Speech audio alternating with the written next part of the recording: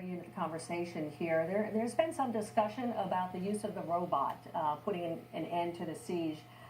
What is the objection? I know that you've spoken to some people who say that they did not think that that was the best way of ending this. Can you explain what people are talking about?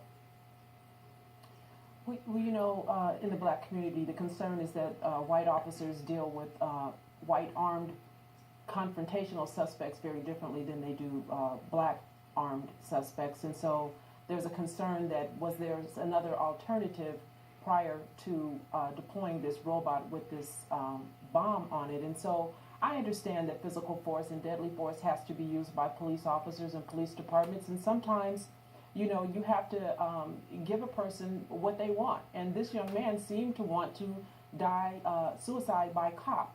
And so certainly he had taken a position and had proven that he was wanting and willing to hurt as many police officers as he could. And so while it's ugly, while it's not easy to look at, I understand, and certainly I don't second guess the chief for making a decision to do that.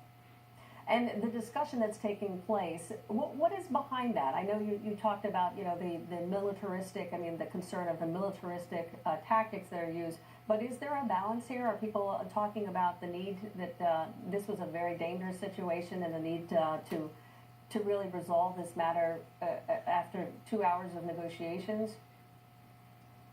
Well, certainly I get it based on my background and experience, but when I talk to other people, civilians who are not in law enforcement, they don't understand.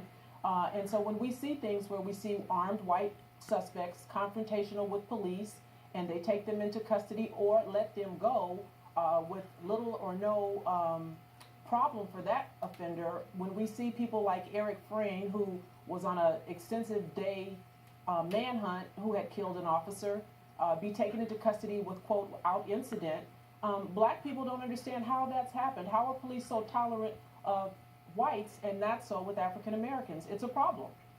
And clearly, all of us have work to do in that area to really be able to reestablish the trust between law enforcement, between the African American community, and so many others who are outside of that community who are looking at the course of this week and wondering what is happening in our country. I thank all of you for just starting the conversation. It is so important. Thanks again.